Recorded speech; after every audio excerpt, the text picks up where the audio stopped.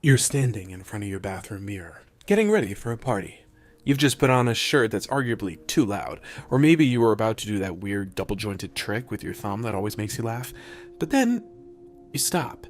You look at your reflection, and you think, is this too much? Is it a bit much? Will people think I'm trying too hard? So you change into a gray sweater. You keep your thumb in your pocket. You decide to play the safe version of yourself, the one that nods politely and talks about the weather. You spend the entire night acting as a background character in your own life, feeling like an undercover agent in a room full of people who are supposedly your friends. You aren't fake, and you aren't a liar. You're simply participating in one of the most exhausting universal human performances, masking. We spend a staggering amount of mental energy hiding our flamboyant, wacky, and wonderfully weird selves behind a socially acceptable filter. But here's the truth. Your fear of being too much is actually an irrational anxiety designed to keep you invisible. Welcome to the truth about why we hide who we really are, and why your weirdness is actually your most valuable currency.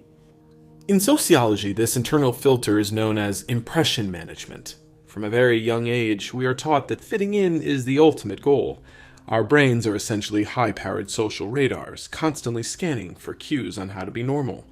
The fear of letting your flamboyant self out is rooted in a very real, very ancient anxiety called social rejection sensitivity. Back in our hunter-gatherer days, being the weird one who danced too much or had strange ideas could get you kicked out of the tribe. And in the wild, being an outcast wasn't just lonely. It was a death sentence. So your brain developed a mask. It's a form of social camouflage. When you hide your true self, you're trying to minimize the risk of being judged, laughed at, or excluded. You're essentially trying to blend into the grass so the social predators won't notice you. The problem is, when you camouflage yourself too well, nobody can find the real you. Not even the people who would actually love your brand of crazy. Here's the most irrational part of our anxiety.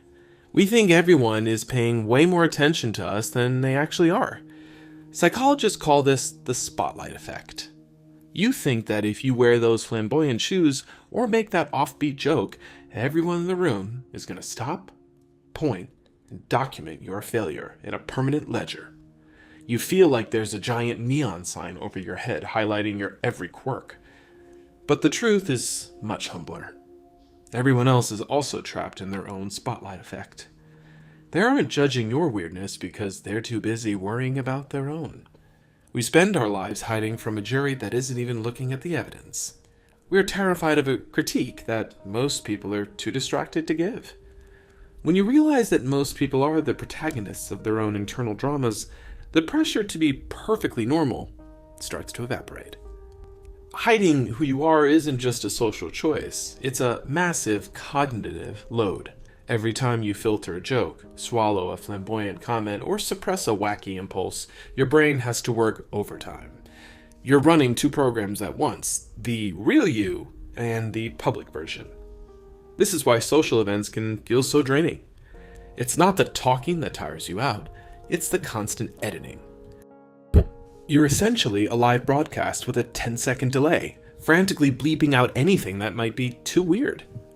Over time, this exhaustion tax leads to a sense of self-estrangement.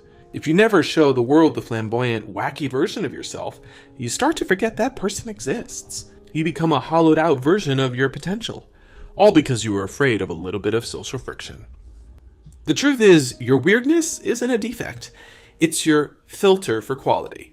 When you hide your true self, you attract people who like the mask, which means you're constantly surrounded by people who don't actually know you. It's a recipe for a very crowded kind of loneliness. To move past this, you have to practice strategic vulnerability. Start by letting out 5% more of your true self. Wear the loud shirt. Tell the niche joke. Do the thumb trick. What you'll find is that the right people, the ones who are just as wacky and flamboyant as you, will gravitate toward you like a magnet. Your weirdness is a signifier for your tribe. By being too much for the wrong people, you become just right for the ones who matter. You aren't shrinking your social circle, you're curating it. The next time you're about to tone it down for a crowd of strangers, take a breath. Remind yourself that you aren't a background character. You're the only person who can play the role of you. And it's a role that deserves a little bit of flair. Life is too short to spend it in a gray sweater, worrying about the opinions of people who are too busy worrying about themselves. Your flamboyance isn't a distraction, it's your light. Your wackiness isn't a flaw, it's your rhythm. Stop trying to be normal and start trying to be legible. Let people see the actual lines and the colors of your soul. It might feel scary at first, but a life lived out loud is much more interesting than one lived in a whisper. If this look into the social mask helped you feel a little more ready to be your weird self, hit that like button and subscribe to the channel. We're building a community here where too much is exactly the right amount. I'll see you on the next one. Go ahead, be the loudest person in the room today, even if it's just for yourself.